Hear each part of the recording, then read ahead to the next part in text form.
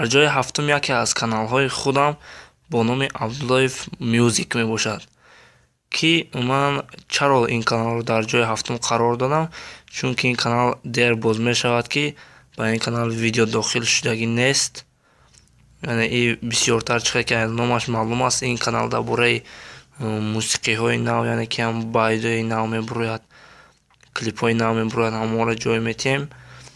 ва чӣ тавре ки мебинед худи канал бо телефон сохта шудааст. Дар инҷо оқ канал, яъне ки дар бораи канал ва дигар информатсиё нест.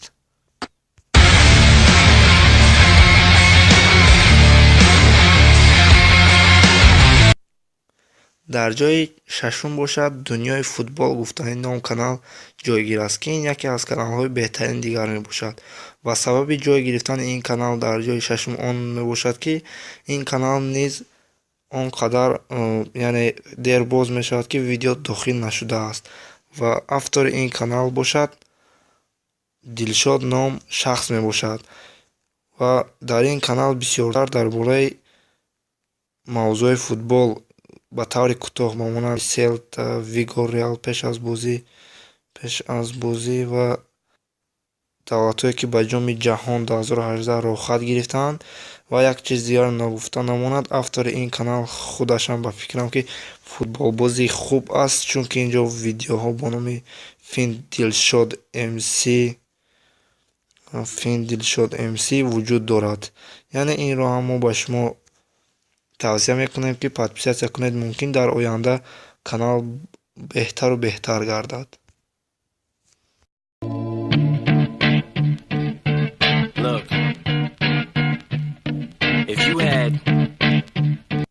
дар ҷойи панҷум бошад канали Садои Саид. чаро ман ин каналро дар ҷойи панҷум гузоштам? Чунки то ҳол ин канал ба худ мавзӯи муносиберо интихоб накардааст. яъне ки чӣ хеле ки мебинед видеоҳо дар ҳана мавзӯъ мебошанд. мисол тайёр кардани каса бо таҷикский прикол. мо аз автори канал хоҳиш мекунем ки як мавзӯи беҳтарро интихоб кунад ва ҳамонро пеш барад. ва аз шумо низ хоҳиш мекунем ки ин ҳам яке аз блогерҳои нав мебошад, ки дар оянда бо дастгирии шумо мумкин боз ҳам беҳтару беҳтар гардад.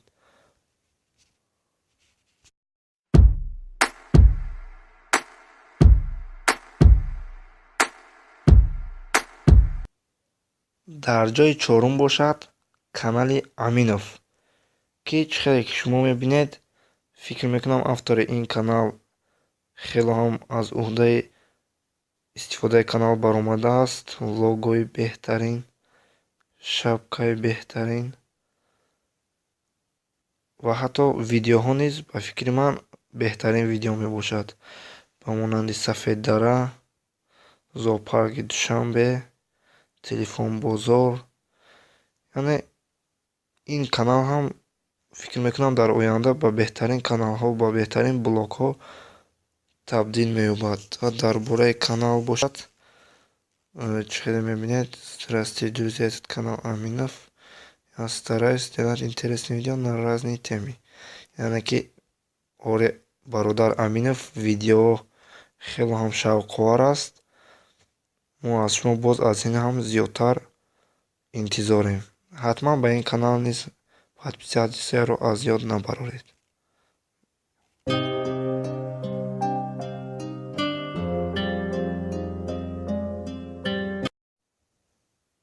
дар ҷойи сеюм бошад ҷой дорад канали Омӯзиш ТВ, ки ин канал дар ҳоли ҳозир дорои 29 подписчик мебошад. аммо ба фикри ман ин яке аз беҳтарин каналҳо аст, чунки дар инҷо фактҳои аҷоиб дар бораи давлатҳои дунё зиёдтар аст. ва боз як видеои дигар инҷо беҳтарин аст, топ 10 давлати боитарини ҷаҳон. яъне ки ин канал, чӣ хеле ки аз номи канал маълум аст, канали омӯзишӣ мебошад. ва ман намедонам чаро ин канал инқадр подписчик кам дорад. ман фикр мекунам ки то ҳол баъзеҳо намедонанд вуҷуд доштани ин каналро. барои ҳамин ҳатман дароед. яке аз каналҳои беҳтарини дигаре ки ман ба шумо тавсия мекунам, ин канали омӯзиш тв мебошад. Канале бошад мебинем дар инҷо. Дӯстони азиз, дар ин канал дар бораи ҳама чиз видео мебарояд. Подписатсия кунед. хоҳишмандем аз шумо ки бародарами информатсияи канала зиёдтар кунед. ва дигар ин канал ягон нуқсон надорад, ҳамаш беҳтарин аст.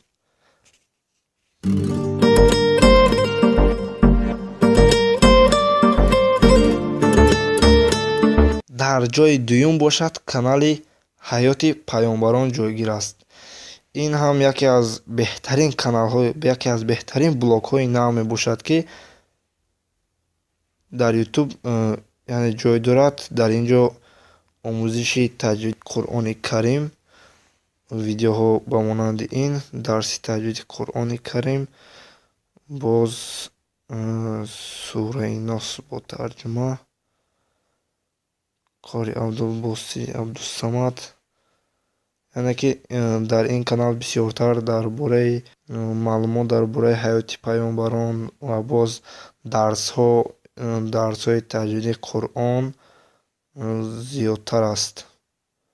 ва ҳатман шахсоне ки арабиро он қадар хуб намефаҳманд, подписатсия кунанд барои ёд гирифтани забони арабӣ.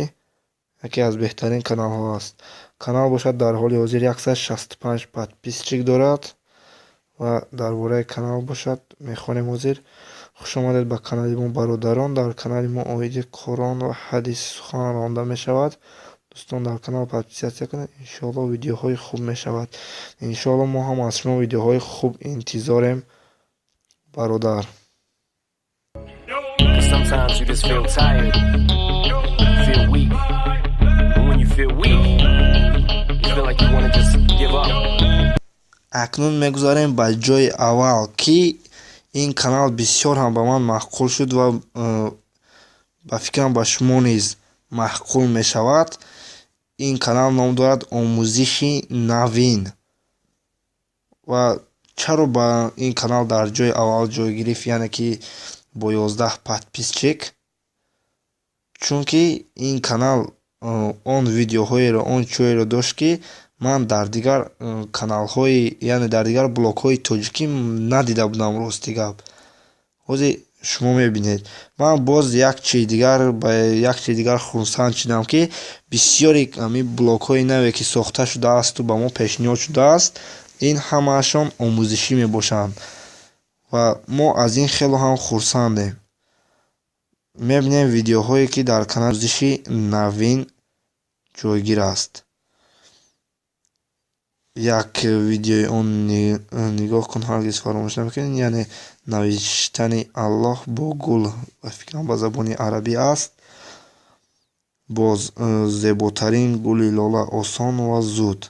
сохтани гули лола беҳтарин макон барои пинҳон кардани пул.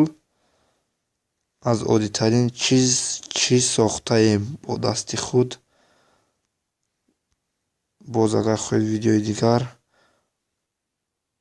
оё медонӣ аз чӣ сохта шудааст? яъне боз ба монанди инҳо ин канал видео зиёд дорад. танҳо подписчикаш кам, фикр мекунам ки ин каналро агар дастгирӣ кунед беҳтарин канал мешавад. чунки агар тамошобинон дастгирӣ накунанд каналро, баъзе авторҳое ҳастанд ки баҳс мекунанд бировардани видеора, яъне тайёр кардани видеора. ин бародар барояд дастгирӣ кунед. беҳтарин каналай. дар ҳоли ҳозир подписчикош хеле кам. ва дар ин канал асос бисёр сохтани, яъне аз оддитарин чиз сохтани ягон ашёи зарурӣ дар зиндагӣ аст. ҳозир дар канале мебинем. салому алайкум. хушомадед дӯстони азиз ба канали омӯзиши навин ки фақат ба хотири худо аст.